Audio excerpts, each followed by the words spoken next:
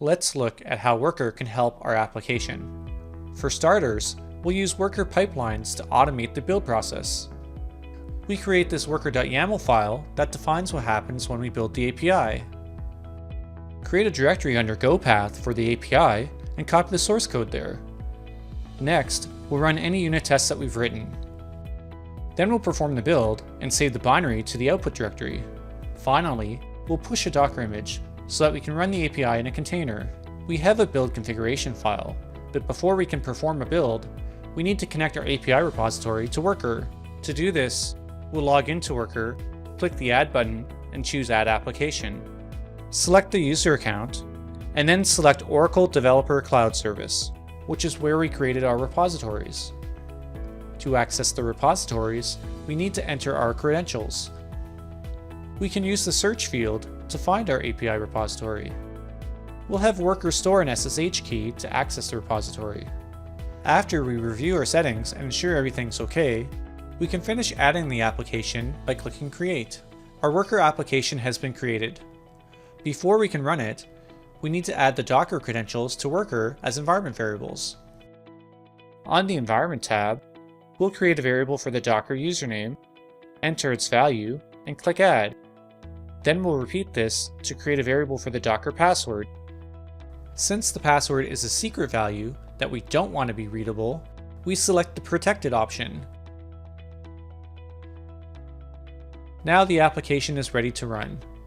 This will happen automatically every time we push a commit to the Git repository. This time, let's start it manually. This only takes a few moments to run.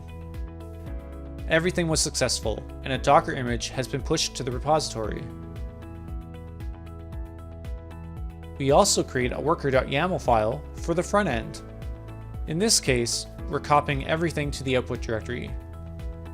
Then we'll push a Docker image so we can run the front end in a container.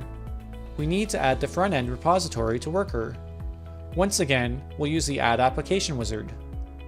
We select Oracle Developer Cloud Service, find our front end repository, and have Wercker store an SSH key to access the repository. After reviewing everything, we finish adding the front end to Wercker by clicking Create. Similar to the API, before we can run a build, we need to create our Docker environment variables for the front end application.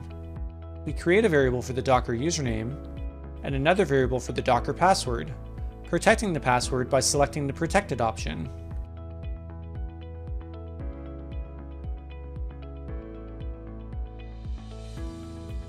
Let's start a build manually and wait for it to finish.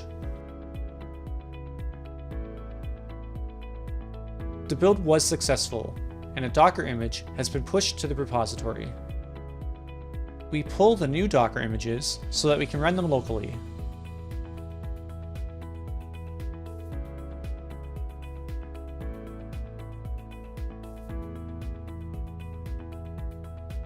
Now we can run our entire application using Docker images.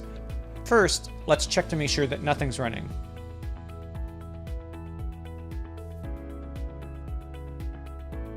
We start the database and populate it using our setup script.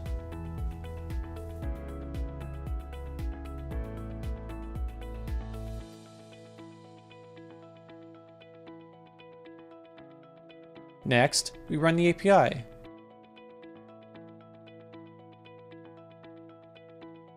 Finally, we'll run the front end.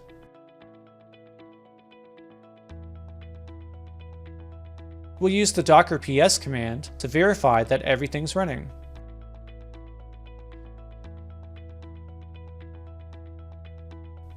And it is.